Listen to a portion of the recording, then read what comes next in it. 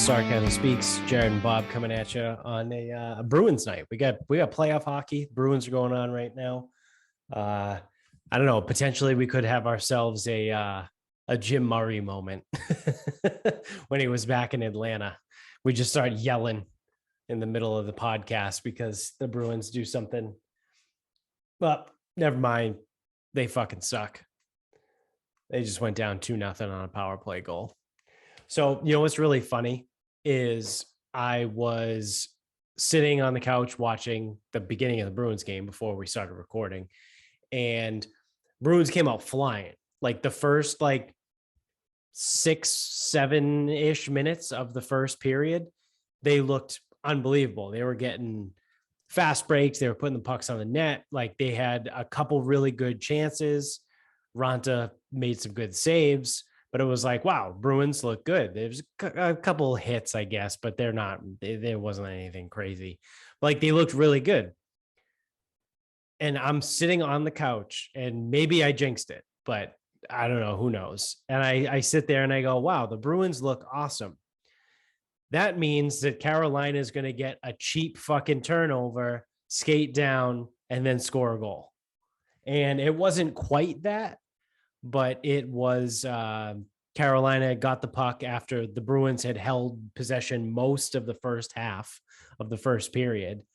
And they score a soft as fuck goal. Did you see that goal? No, I didn't see it. It was a shot on Swayman, and he kind of made the save, but he still let it get behind him.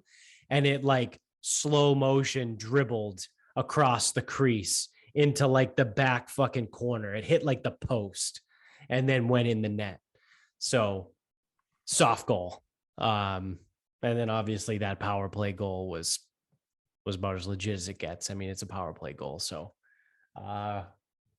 we are about 2/3 of the way through the first period and the Bruins are down 2-0. So it's going well. Yeah, pretty awesome. Well, luckily for them, the 2-goal lead in hockey is the worst lead in sports. So everybody knows that. Yeah, people forget. Yeah, they got them. They get the Hurricanes right where they want them. Yep. Nice and vulnerable. So we might have something. Nope. Stop. Nothing. Stop. We're not doing this. We're results based today. Well, speaking of results based today, I mentioned it in the last episode. I had a couple of things that I was thinking about maybe getting to, but I saved them for this episode so we can actually have a full time to just kind of run and talk shit. This I think this is going to be the burn it all fucking down episode, because I think some of the most controversial and polarizing arguments, I'm just going to throw them out there, and I'm probably going to piss off a lot of fucking people, but I don't care. It's not that many people because I don't know. We have less than 100 people. We have less than 75 people that listen to this show on a regular basis. Yeah. What if this is the one? Yeah. Yeah. This is the one. This is the one that gets us famous. And it's the one where I just say a bunch of really fucking annoying shit to some people, but I don't give a fuck. So let's start out with the most hot button topic, probably the number one hot button thing in American politics for the last 30 years. And it rhymes with schmishmortion. So that's obviously been going on for the last couple of weeks. We haven't really talked about it, but you can't avoid it in the news right now. It is all over the place. All the podcasts I listen to are talking about it. So if you live under a rock, if you're one of the 60-ish people that follow this show, and you have no idea what's been going on, what happened recently was there was a leak from the Supreme Court. I believe it was Justice Alito, who wrote just essentially like, I forget the exact term for it, but essentially it's just like an opinion piece. He basically wrote an op-ed on how he feels about Roe versus Wade, which, again, if you live under a rock, that has to do with making abortion federally legal and accessible across all 50 states. And his essentially op-ed that he wrote was that it needs to be overturned. Now, when people got a hold of this, right, they flipped the fuck out. Everyone flipped the fuck out, and on both sides. So starting with the right side, the conservative side, because they're easier to discuss, and there's way more to talk about to shit on the left here. But on the right, everyone immediately was like, who leaked this? Who did this? It was one of the liberal justices. It was one of them. That this is illegal. This is highly illegal. They need to be thrown in jail. And it's like, okay, well, if you want to look at it like the Supreme Court is like this its own entity, and I get it. It is kind of like, I think out of the three branches, supposed to be the one that's the most legit. We'll see now that this has gone on, whether or not they now become just as polarized as Congress and whatever dickhead sits in the executive office. But I can at least understand where they're coming from for the people that are like, oh, whoever leaked this needs to be thrown in jail, whatever. It's sacred. But at the same time, is it really? Is it so fucking sacred that if essentially a fucking thesis paper that was written by one of the justices gets leaked, the person that leaked it needs to go to jail? Come on. That for all the people on the right, and this is, like I said, we say this all the time, we shit on people equally. I hate the left, I hate the right. I think all politicians are cunts. Anybody that affiliates themselves with one political party or the other is a complete fucking dickhead. So for all the people on the right that clamor about China, right, and communist and fascism and all this shit, doesn't that sound awfully fascist to you? No, it's different, dude. Whoever leaked this information about the Supreme Court, they need to be thrown in jail. What? Like that sounds a lot like fascism to me. Like, you're not allowed to say anything against the government. Like, you're not allowed to leak information to the public. Like, I don't know about that one. So, but like I said, I'll at least listen to the argument that the SCOTUS is supposed to be, like, of the three branches, again, the one that's the most on the up and up. But there's no fucking sacred cows. All right, get the fuck off my lawn with that. They should be thrown in jail. Whoever leaked it. That's just stupid. So now moving to the left, the outrage on the left. Everyone is flipping out because they are now acting as if abortion will be made illegal in all 50 states, as if you're not going to be allowed to get an abortion anywhere ever again. To which I say to them, just like I said to the people on the right, unpolitely, go fuck yourself. Because that is absolutely incorrect. It seems like the left in general is running all of their thing. It's like the only way they feel like they can garner support from their base is to make their people feel like everything is the worst thing that's ever happened, right? Like everything is an existential threat. Everything threatens their existence. Like because again, let's be very careful with the wording here. They might overturn Roe v. Wade. So therefore, let's all lose our shit. There's a few bad cops have killed some black people in the country, so let's lose our shit. There's a virus going around and we need to force people to get this vaccine that no one knows anything about. And if they don't, let's lose our shit. Like everything is a direct threat to your existence if you're on the left, which again, go fuck yourself. So all of the people that are, again, losing their shit about Roe v. Wade. It's like, let's look at the facts of the situation, right? This was a paper, again, that was written by Justice Alito. I think it was him in February of this year. It's now May. Nothing has happened, right? Since February. It got leaked now. Now, maybe they'll release a ruling like in a couple months, but maybe, I don't know. Like there's still time for people to change. And it's just one justice, right? Everyone's just assuming that because there's more people, there's more Republican appointed judges on the court, that all of a sudden, like the court's just going to rule one way. And it's like, okay, but nothing has happened yet.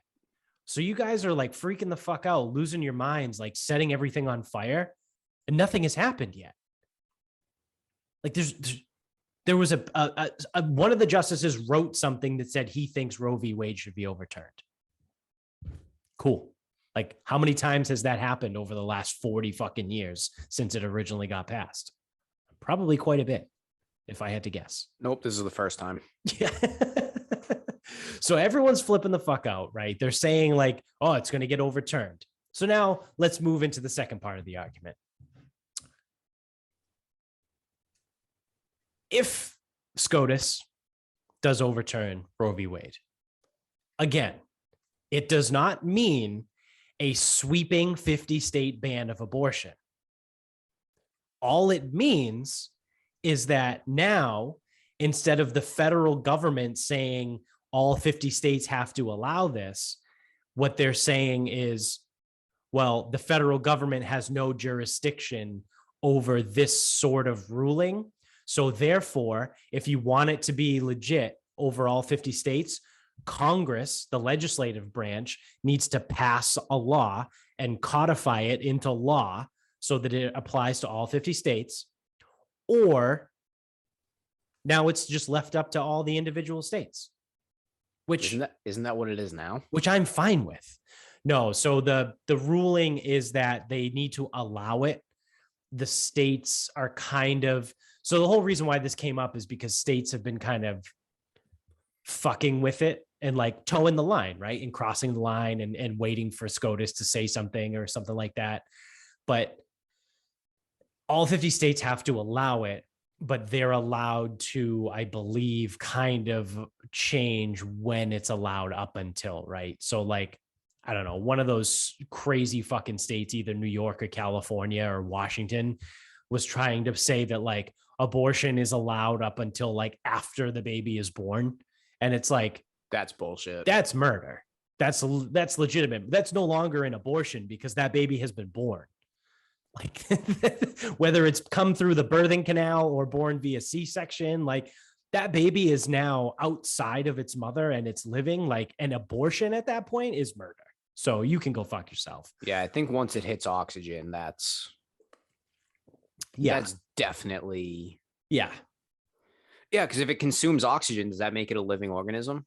Yeah, I mean, yeah, I guess depending on who you talk to.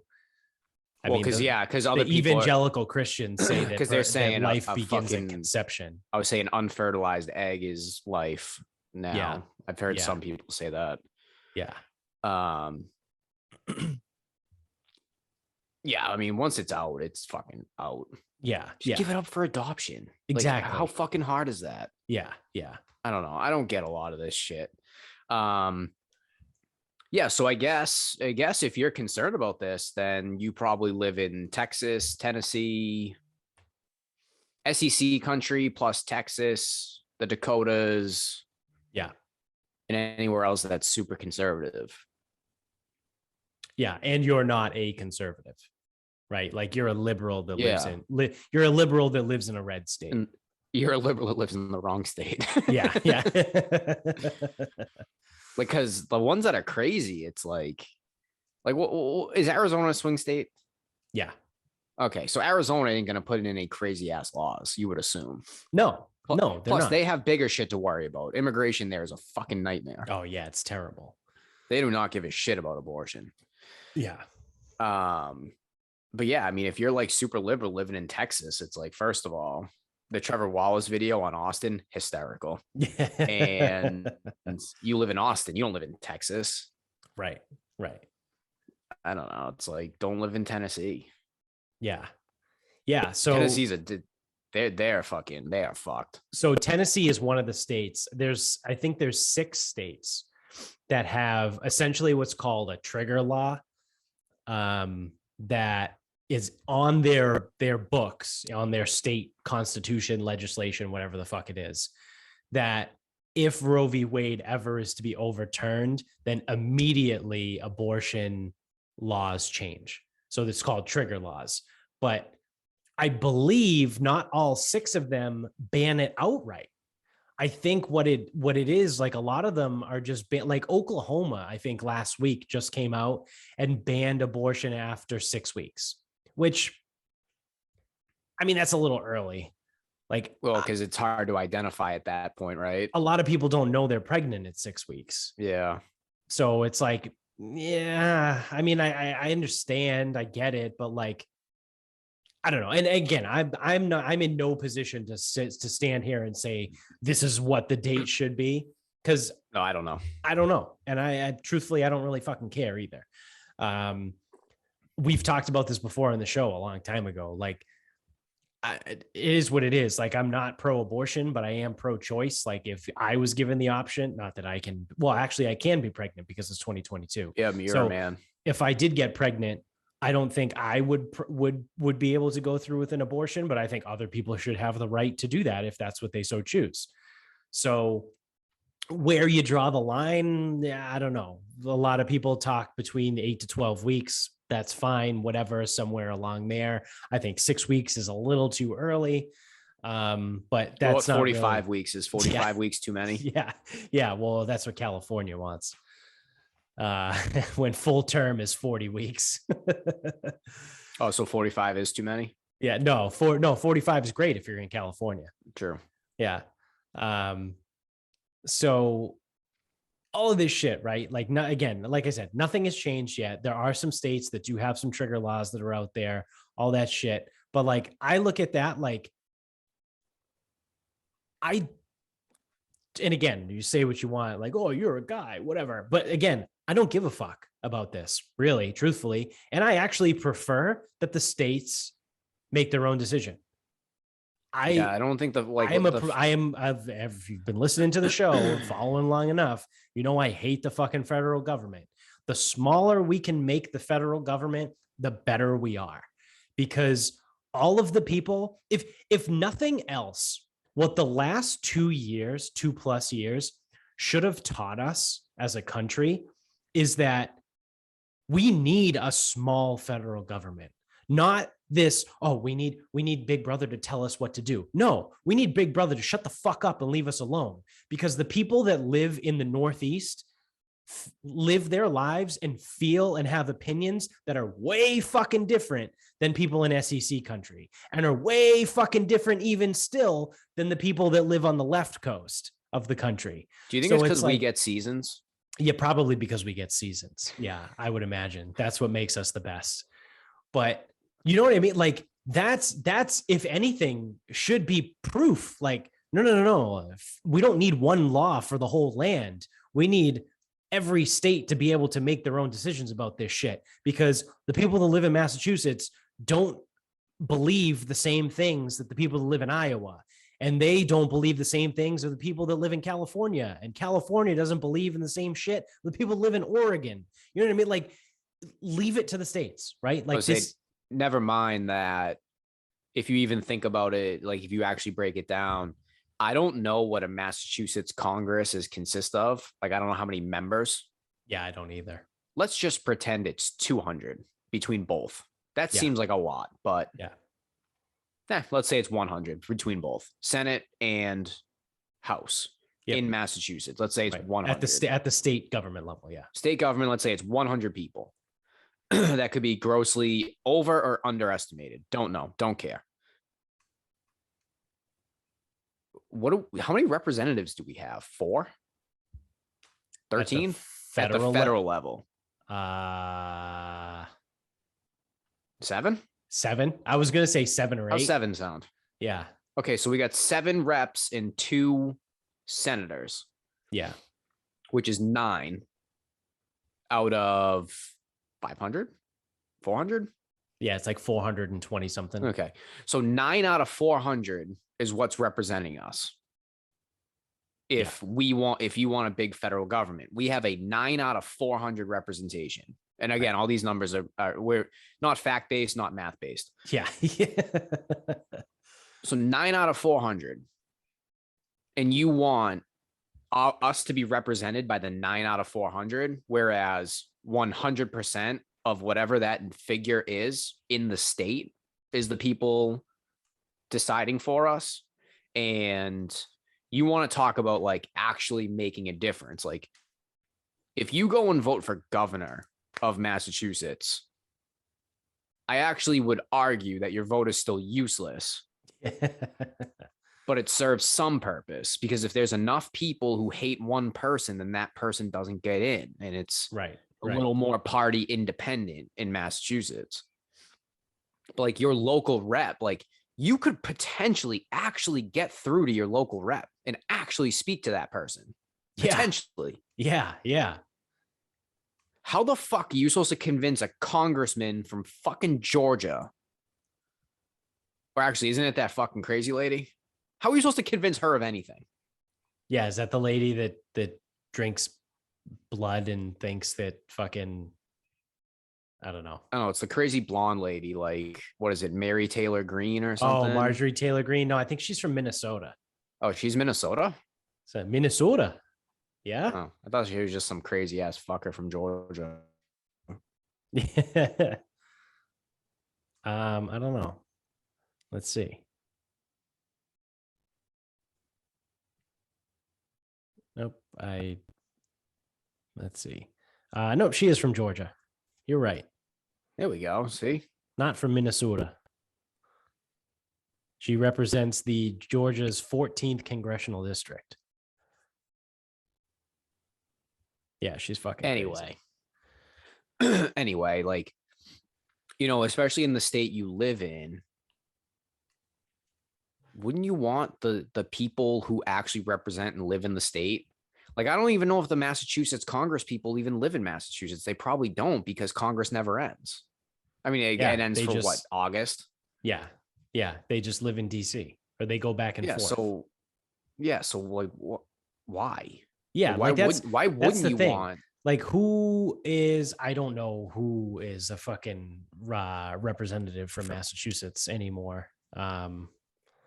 Warren, is she still doing something? She's a senator. Whatever. Markey, is he still around? Yeah, he's a senator too.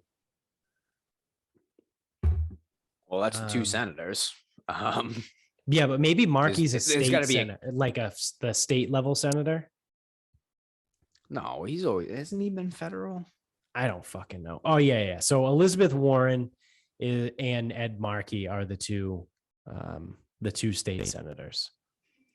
So the representatives, I got them right here.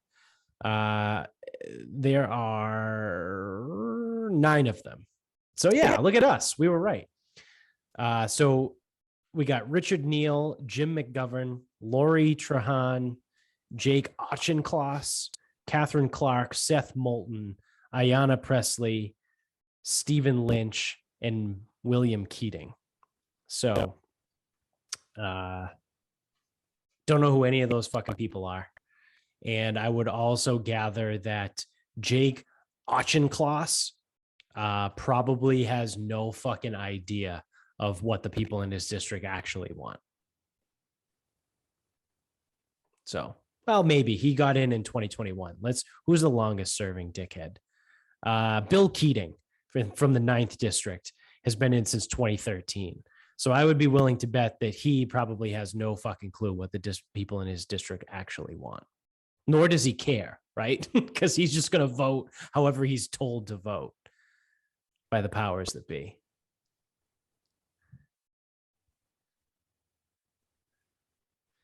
So that's my unpopular opinion is I don't give a fuck if Roe v. Wade gets overturned, because I think it should be up to the states. And unfortunately, if you need or want an abortion and you live in a state that decides to restrict it, again, because I don't think any of them will ban it outright. But even if they do ban it outright, go somewhere else, right? Like this is already what's been happening is companies now, which this again, maybe this is my libertarian side showing, but like this is how it probably should work, right? If you work in Tennessee, let's say, and Tennessee says, oh, Roe v. Wade got overturned, boom, no abortions across the board, like zero. You cannot have one or you go to jail. All right. Well, let's say Tesla, because Tesla already has come out and said this. I know they don't necessarily have a factory in Tennessee, I don't think, but maybe they have an office in Tennessee. They've already come out and said that we will pay for transportation for our employees to travel to a different state if they require an abortion. Okay, what's wrong with that? I have no problem with that. If your employer is willing to foot the bill to help pay for your health care, essentially, if you want to call it that, okay, I'm fine with that. Like, say you live in Murfreesboro, Tennessee, and they ban abortion across the board, but luckily you work for Tesla, and Tesla will be like, I'll drive you across the border to fucking whatever is south of Tennessee. And you can get your abortion. Probably nothing good. Probably not. I think it's just probably Alabama not south and of Alabama. Mississippi. I would say south of Tennessee ain't Yeah. gonna do it. You might have So, to go. We'll take you north- east. We'll take you north- east to North Carolina. or say that's still northeast. Yeah. You might have to go to Virginia. Yeah. Either way, Tesla's going to foot the bill. Okay. People still going to bitch about that?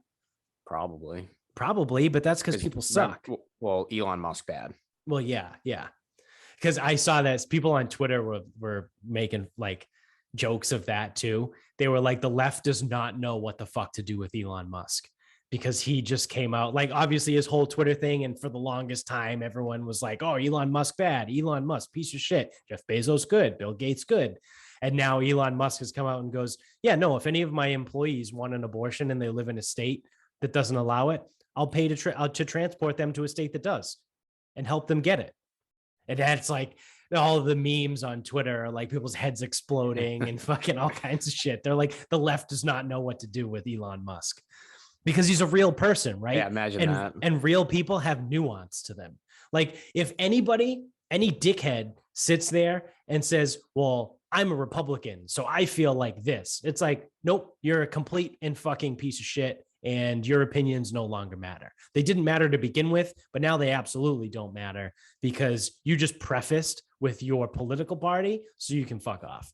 Because normal people pull from everywhere, right? Like you can be a gun rights person. You can want everyone to have a gun, and you can also want people to get abortions too, right? Like I think everyone should be allowed to buy a gun. And I also don't really give a shit if people get an abortion. Nope. Yeah. People would look at me and be war. like, no, man, pick a side. Pick a side. You're riding the fence. Yeah. Just because the fence is just stuck up my fucking ass. I was gonna say, yeah, I'm riding the fence, but for a different reason. It fucking slid in there. Yeah. So there's also some neighboring states too have come out and created safe care zones, and also pregnancy centers and Planned Parenthood have also come out to say that they will help assist monetarily with all of these people. So like, again, this is great. This is good. This is what should happen, right? If a state rules you can't do this, and it doesn't matter if the state rules you can't do X, right? And companies that work within the state are now like, all right, well, we'll do what we need to do to help you get what you want to do because the state legislation kind of sucks for you. Again, I have zero problems with that. Like and it doesn't matter whether it's abortion or I can't even think of anything else. Like weed, like legal weed. Like if you live in a state that just outright bans marijuana, and your company is like, well, I know you have glaucoma, so I'll pay for you to get like weed delivered to your house. Cool, man. That's fine. Like, again, like, I don't care. Like, if if the private company and there's ways to get around whatever, go for it. I don't give a fuck. But again, at the end of the day, I think everything should mostly be left up to the states.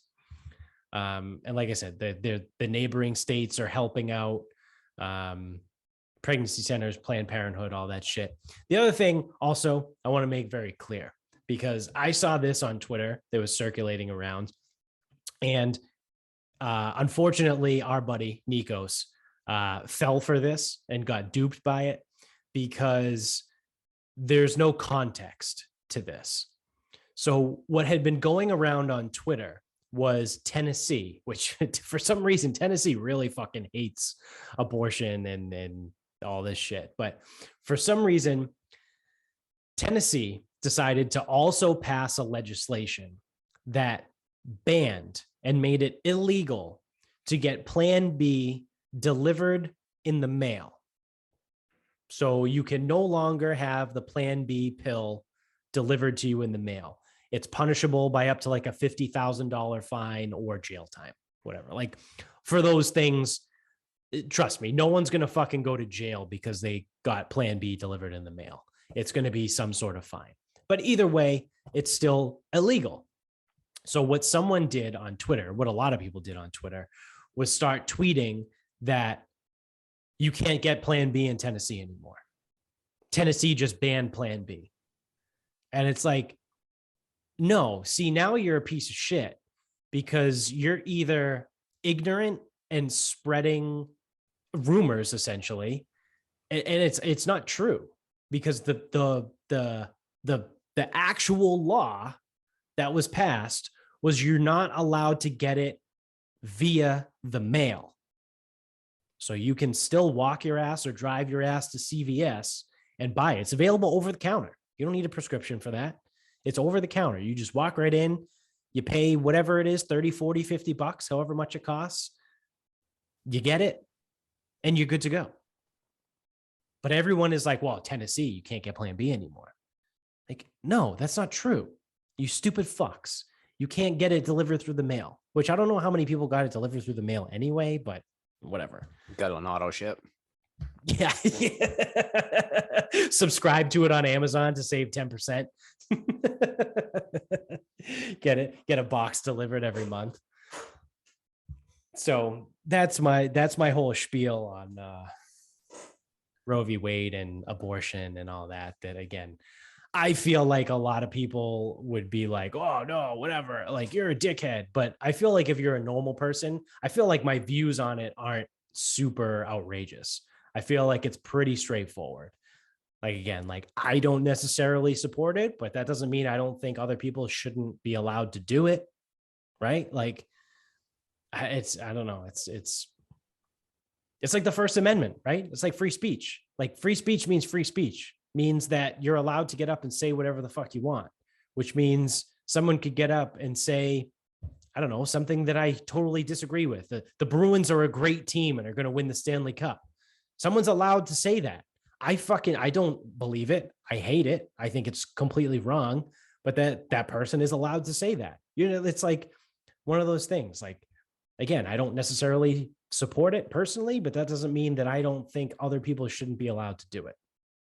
So if that makes me an asshole, then I guess I'm an asshole. But so the next thing we got, again, this is the burn it down episode. We got a lot of hot button shit going on. Good old number 46, Joey B, is kicking around the idea of relieving student loans. So this one was good. This was pretty awesome. So we talked about this before, I think a few weeks ago, or maybe a month ago at this point, but they extended the student loan relief thing through August. So now interest doesn't start accruing and normal payments don't resume until September of 2022, which will give people, I think, 2.5 full years of, yeah, because it was March of 2020. I think everything went on pause. So that's 2.5 years, literally to the day, that no interest had been accruing on federal loans. You don't have to pay all that bullshit, whatever. And people are freaking out, right? They want, and my prediction was that in August, Biden was going to do some sort of debt relief, right? Going into the midterm election as like a last ditch effort to try and save some votes, because they're going to get absolutely fucking annihilated in the polls this fall. And I think everybody knows it. But I feel like, you know, a couple people might be able to save face if they are like, oh yeah, don't forget 2 months ago, we forgave all your student debt or some of your student debt, like, you know, something like that. But so speaking of her already, Elizabeth Warren has come out and said that Biden needs to forgive all student debt. And she's not going to stop until all student debt is eliminated.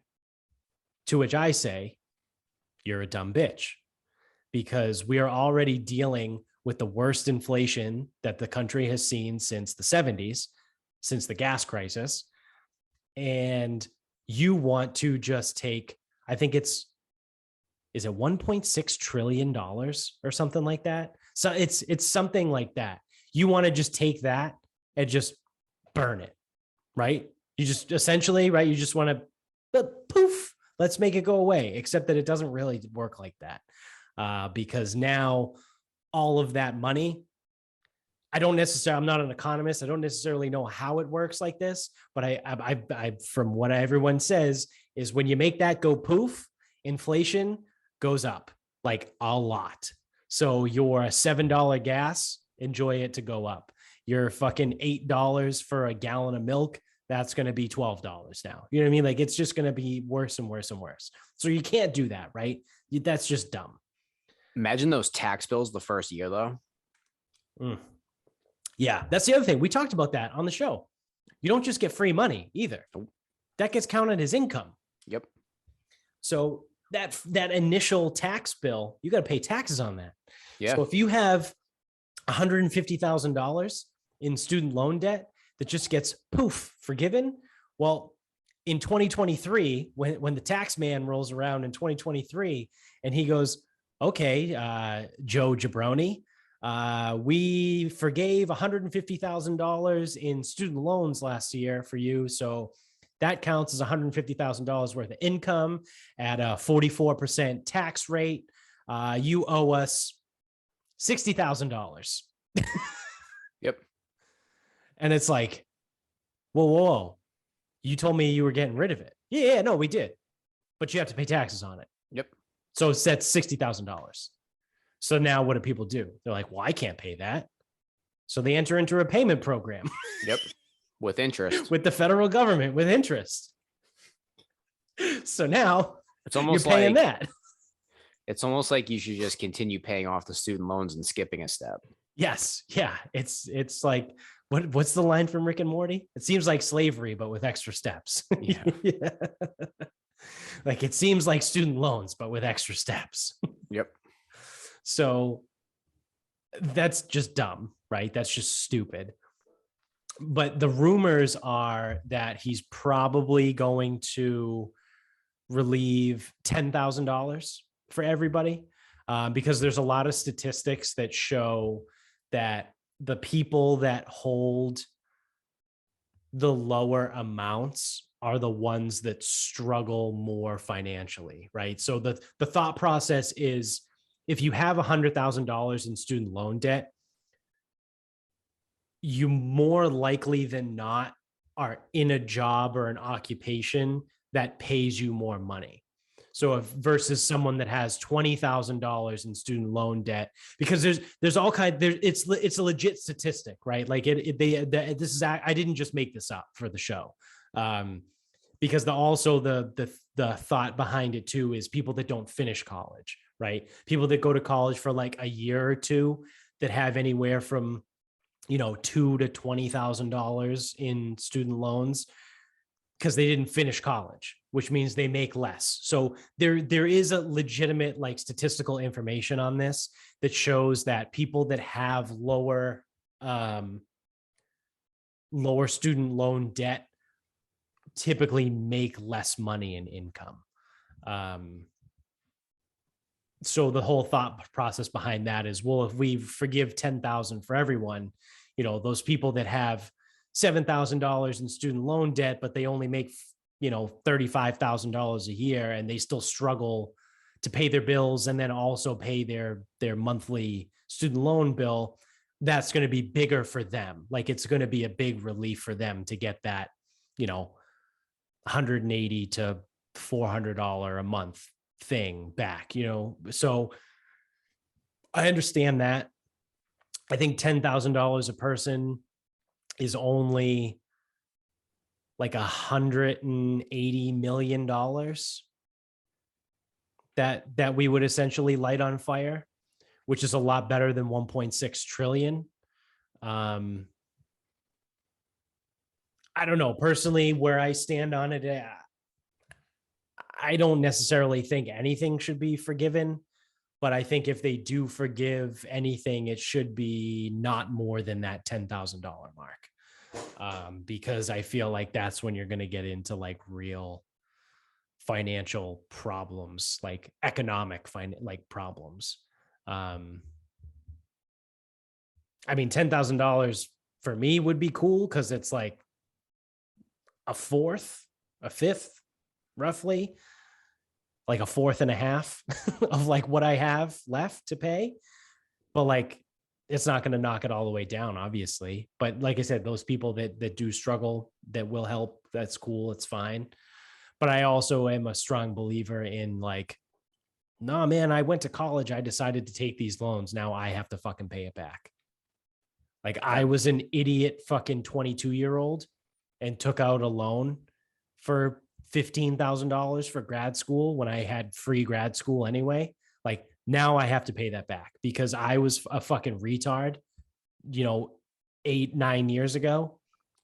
Now it's my problem. Like, I have to deal with that. You know what I mean? Like, it's a lesson, right? It's a hard lesson learned. Like, if someone had told me, if someone had sat me down when I was 22 and explained to me that situation, I would have been like, yeah, I'll just scrape by on like ramen and whatever. Cause like I took the loan, even though I had free grad school, because I was like, oh, cool, it's free money. And it's like, it's not free money, but whatever. Like, again, no one explained that to me when I was 21 years old. So yeah, it's my fault. Like, I should have to pay that, that's whatever. But the sweeping forgiveness, I think, is ridiculous. No, that's dumb. College is a choice. You didn't have to go. You didn't pay your bills. Yeah. So, and then the other thing, the best part about that is like last week, I think Nancy Pelosi was like giving a speech, and like out of nowhere, I think, or maybe someone asked her a question about it, and she goes, yeah, well, I don't think President Biden even has the capability to forgive student loans anyway. And everyone fucking lost their shit again, because people were like, are you shitting me? Like, what did she just say? Because the Democrats' entire fucking platform that they ran on in 2020 was, well, not the entire platform, but a large portion of it was, oh yeah, we'll forgive your student loan debt. Biden said that on the campaign trail. He goes, if I'm elected president, I'll get in and I'll forgive student loans. Do you mean to tell me that a politician was dishonest? Imagine that. I won't. And now, even still, like, you got people like Elizabeth Warren and Bernie Sanders and all these people that are out there. And I would imagine AOC too, even though she's been super quiet lately. Like, all these crazy people that are like, no, forgive all student loans. And then you have someone like Nancy Pelosi, who was on their political team, if you would, goes, oh no, he can't do that. I don't even think he has the power to do that. It's like, talk about like shooting yourself in the foot, like, as a political party. I don't know, like, if I was a Democrat and I was in office and I was trying to run through this whole student loan forgiveness, and I saw Nancy Pelosi give a press conference and say, well, I don't even think Joe Biden is allowed to do that or has the power to do that, I would make a couple phone calls. I mean, I know she's like number 3 in command in the country and like the chain of command or whatever, but like I'd still make a couple phone calls and be like, yo, bitch, like you can't be fucking saying that shit. Like you got to keep that shit under wraps. Like lie about it. You lie about everything else.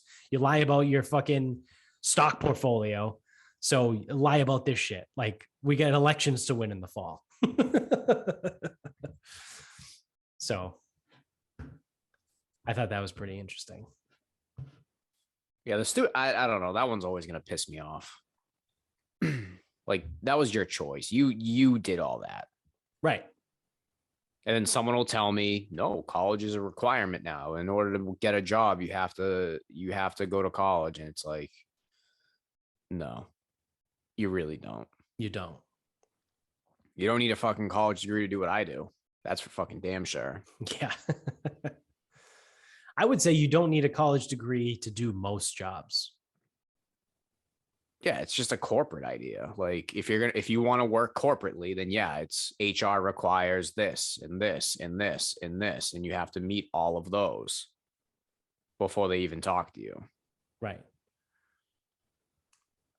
Like my job now that I work in, yeah, cool. I have a master's degree, but it's in exercise science. Like they don't give a fuck what my degree is in. They're like, I don't know, can you do the job? And yeah, I can do the job. So they pay me. They keep me around for now. You know until they find out. Yeah. But it's like you don't know. I this could be a hot take. Luckily, no one I work with listens to the show, but I don't think you need a college degree to do what I do now, even though it is in the corporate world. I bet you they would not hire someone without a college degree. No, they probably wouldn't. But it has to be a college degree. They don't care what. Yeah. And that's the difference. But that's corporate. You don't have to work a corporate job. Right. It's all bullshit anyway. Yeah. Bullshit. It's fucking gross. So this next one, well, maybe I'll wait. You want to wrap this up? It's about that time. We can wrap this up. Because this is another one. I'm going to kick the can down the road. I got a juicy conspiracy. So I would rather dedicate a little more time. We're coming up on the hour mark here. So let's wrap this bitch up. We got Bruins to watch too. All right. So the Live Golf, which is backed by the Saudis. Yes. So that Saudi Golf League is not called the Saudi Golf League. It's called the Live Golf League or fucking something. I don't know, whatever. It's the Live Tour. Yeah. So article comes out.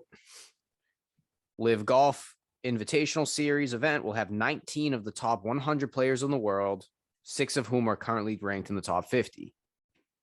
Source told SI that they have 170 entries for the June 9th to 11th event in London.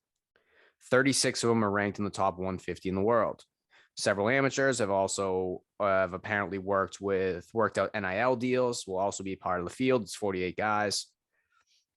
Player names are being withheld until releases from the PGA Tour and the DP World Tour, which used to be called the European Tour, become official in the next few days. Although Live Golf is expected to wait past next week's PGA Championship to make them public. So, if you've been here before, the issue with the Saudi Golf League is everyone's holier than thou, and they don't like the Saudi money because the Saudi money is blood money. Now, I disagree with that completely. I believe the Saudi money is your money. It's not blood money. It's your money. How does Saudi Arabia make their money? Oil. Who buys their Who buys the oil? Us. We do. So it's not blood money. It's our money. Yep. Now, you don't have to like how they treat people because it's not good. Right.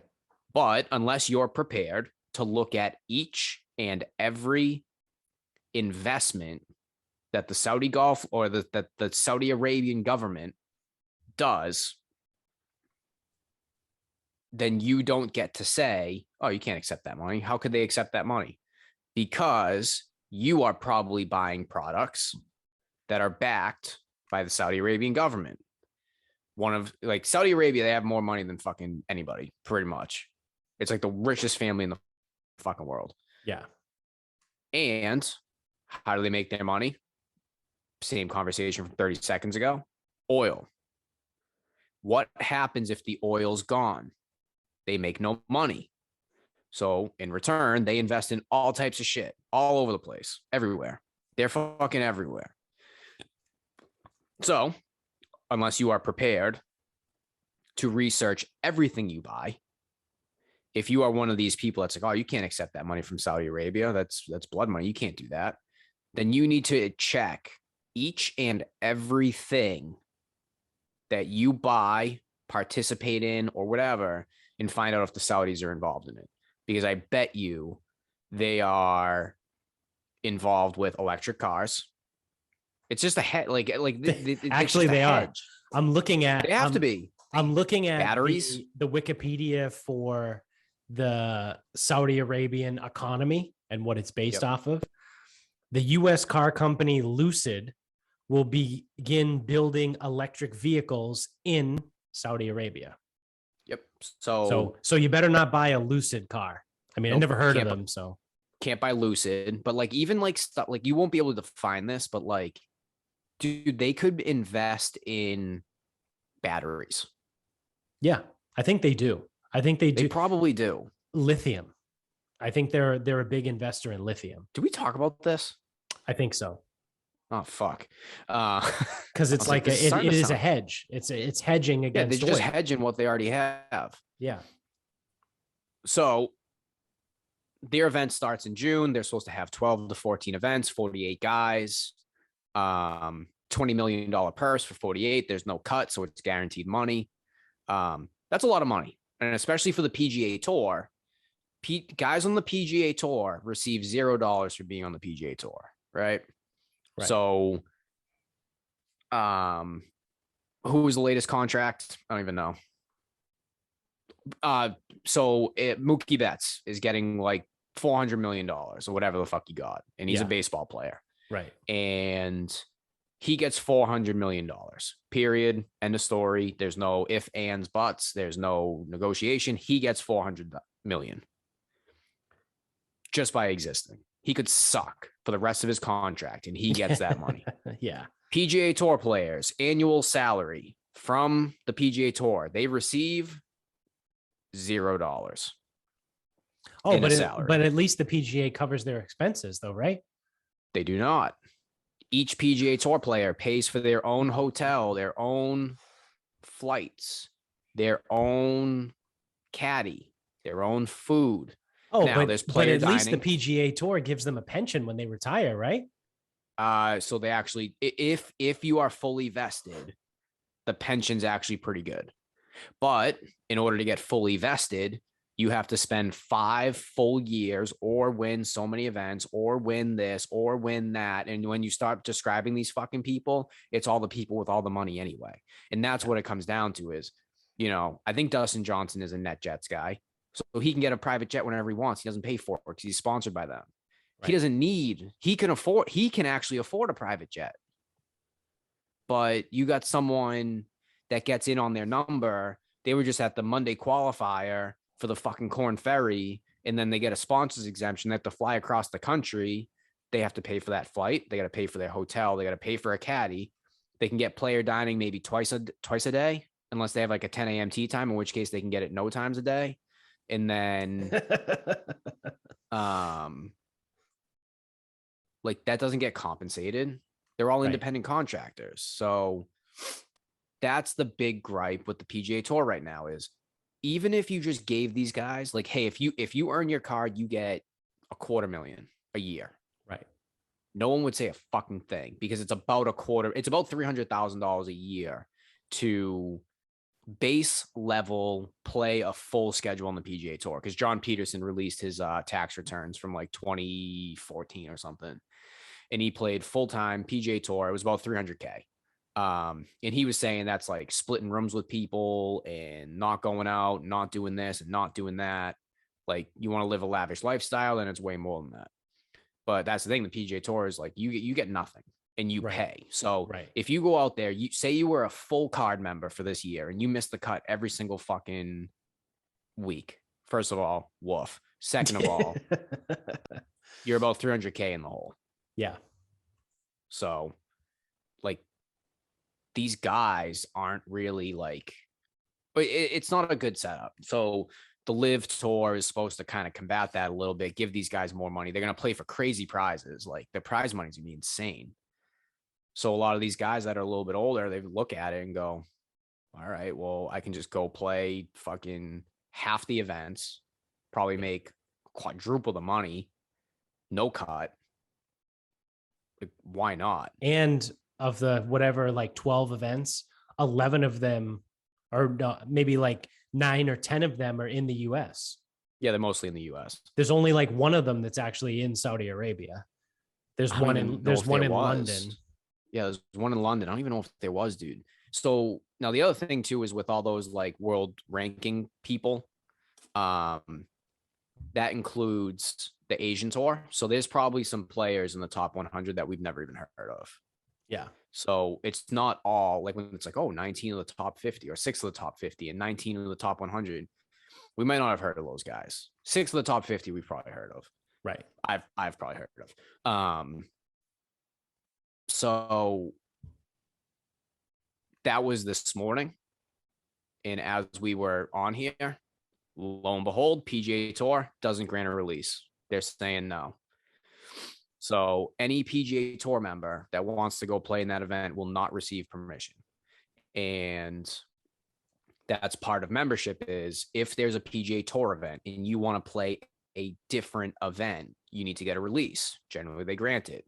Sometimes it's like backdoor deals like, hey, we're going to go play this Saudi event, which they did.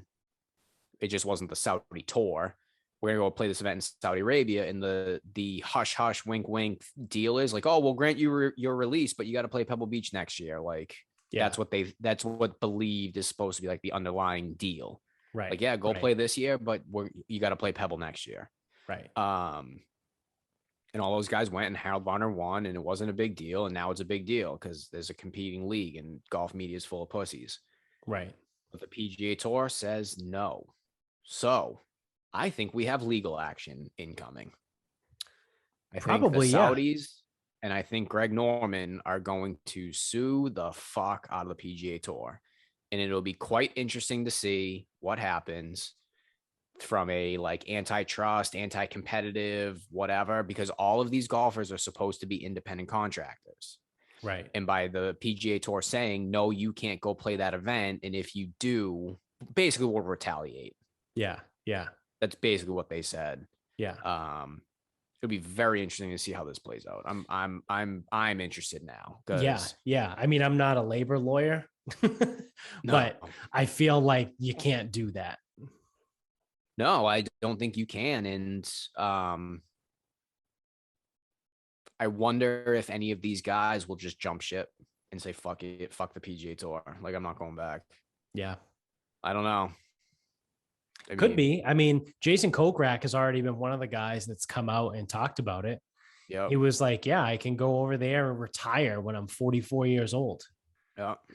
And it's like, yeah, I mean, you're making, if he signs a 2-year, $40 million deal, like that's $40 fucking million. And you retire at 44 years old. And then you get to earn on top of that too. Right. So, right. I don't know about any of the contract stuff, like the guaranteed money in the sense of, like a guaranteed contract, like Bryson was rumored to get or anything. Right. But yeah, I mean, if you're in the event, you're guaranteed purse money. Right. So you'll come out on top because you can't miss the cut.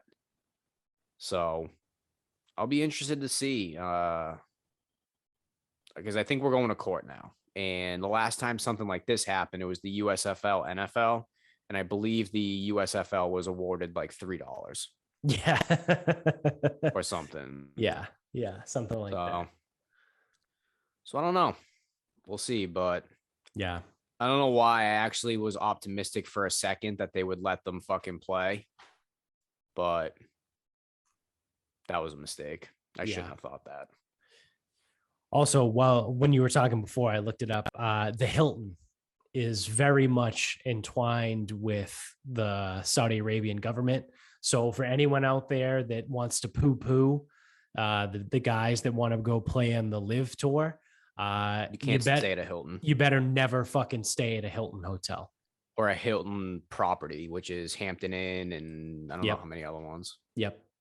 Yeah. You fucking cockbag. You also better double check with your gas company, like wherever you get your gas from, and see where they get their gas from. Imagine that. Is this Russian oil? Imagine walking into like a Citgo being like, hey, where's this gas come from? The fucking guy would be like, I don't know, go fuck yourself. Like, do you want it or not? A truck. Yeah. A tanker. Like, I don't know. Yeah. Where does it come from? The ground? Yeah. So you put gas in your car? Well, where do you think that came from? You better not put gas in your car. You better not stay at any of the Hilton properties. You better not ever buy a Lucid electric vehicle. You know what I mean? Like all these people, like they just want to be holier than thou and be like, oh no, look at me. I'm good. I'm talking shit about Saudi Arabia. I'm saying it's bad. Oh, dude, it's called the Public Investment Fund. That is the sovereign wealth of Saudi Arabia. I'm gonna pull this up right now. Oh man. They invest in Uber, Nice. Live Nation, Cool. So don't go to concerts or don't buy tickets. Don't buy tickets. Boeing, Don't fly on any planes. Facebook, Don't you delete your Facebook. Citigroup. That's I don't know what city. Citibank. Citibank, yeah. Not to be confused with Titty Bank. Disney, Bank of America. Yep. Berkshire Hathaway. That's not that important. And I believe that's what I've got. Just examples. Yeah. So Uber. so you can't use your Bank of America bank account to buy a trip to Disney because you saw it on Facebook and fly in a Boeing plane. And then when you get off the plane, you can't hop in an Uber to go to buy tickets from Live Nation. Yeah. And stay at your Hilton property. Yep. Can't stay at the Hilton. Yeah. But you're going to sit there and tell these guys they can't take money from Saudi Arabia. Yeah, it's immoral. Yeah. Oh, it's blood money. Yep. All right. Delete your Uber app. Yep. Well, how am I supposed to get around? Nope. Can't have Uber. I don't know. You can't have Uber. Go Lyft. Get a Lime bike. Yeah. Wow, the Bruins suck. Yep. Sure do. So, what is my final thought? Oh, my final thought. Speaking of like ridiculous amounts of money, Tom Brady just announced today. Well, he didn't announce. Fox announced today, the CEO of Fox, Lachlan Murdoch, Rupert Murdoch's kid, announced that there is a deal awaiting Tom Brady whenever he retires. That is 10 years, $375 million to be the lead analyst for Fox NFL broadcast. So Fox is kind of hurting in a bad way because they just lost arguably one of, if not some people consider it the best football team, analyst team, announcer team, whatever the fuck you want to call it, in Troy Aikman and Joe Buck. People used to want to say it was Jim Nantz and Tony Romo, but I don't hate them. But for some reason, people have soured on Tony Romo like pretty quickly in the last year. They loved him his first year in the booth, and now people can't stand him, which I don't know why. I still like him. I think he's fine, but whatever. Just saying, as a general consensus, a lot of people say Troy Aikman, Joe Buck were the best broadcast team in the NFL. Well, they left Fox, both of them, to go to ESPN. They both got paid buku money to become the Monday Night Football announcers. So now Buck and Aikman, ESPN, Monday Night Football, which leaves a massive hole for Fox NFL coverage. Well, it won't be this year, right? Because Brady's still playing. But potentially at the end of this year, right? Because he did retire for like a day at the end of this last season. So there's a solid chance this is probably Brady's last season playing. So if and when he retires at the end of this season, he will move into the Fox broadcast booth to be the A team with Kevin Burkhardt, which I don't hate Kevin Burkhardt, but I don't think he's super great either. I don't know who he was with last year. Was it Adam Archuleta, or was Archuleta CBS? I don't know. I don't know the Fox crews. Yeah. Yeah, because we don't get Fox. We don't get the Fox team a lot because they work a lot with the NFC. I think Charles Davis is like maybe their 2 guy. I don't really know. Okay. I could be making that up completely. Well, whoever it was got bumped for Tom Brady.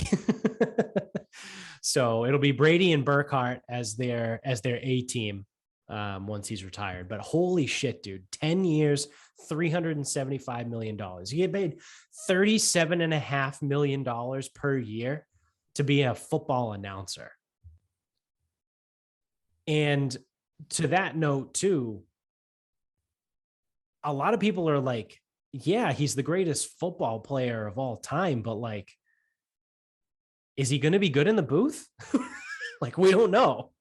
Like, he's never really, like, he spent 20 years with the Patriots and like was never really a big media guy. Like, he never, like, you know what I mean? Like, it's just weird, right? Like, he doesn't strike me as someone that talks a lot.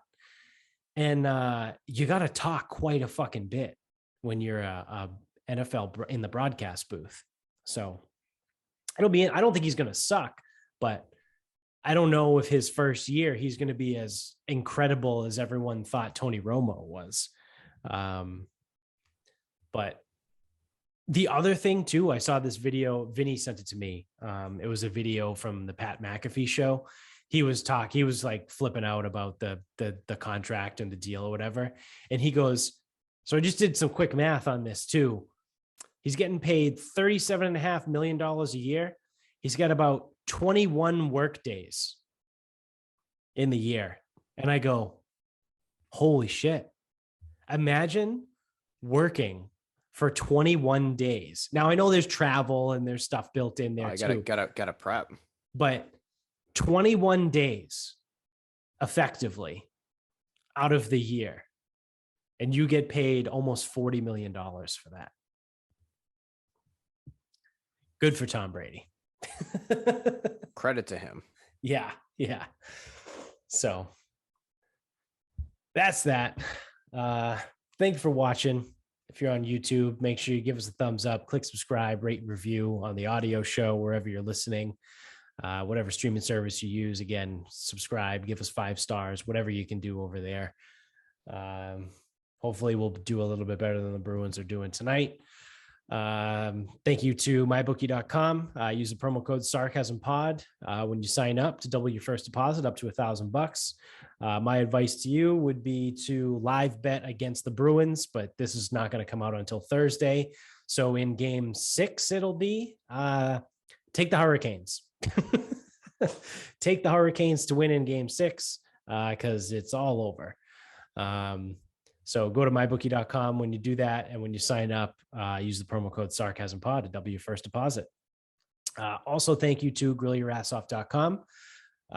Use the same promo code SarcasmPod at grillyourassoff.com. And you will get 15% off your entire order every single time you check out over there. It's a multi-use coupon. You can get us on Instagram at Sarcasm Speaks Pod. We're on Twitter at Sarcasm_speaks. On Facebook at Sarcasm Speaks.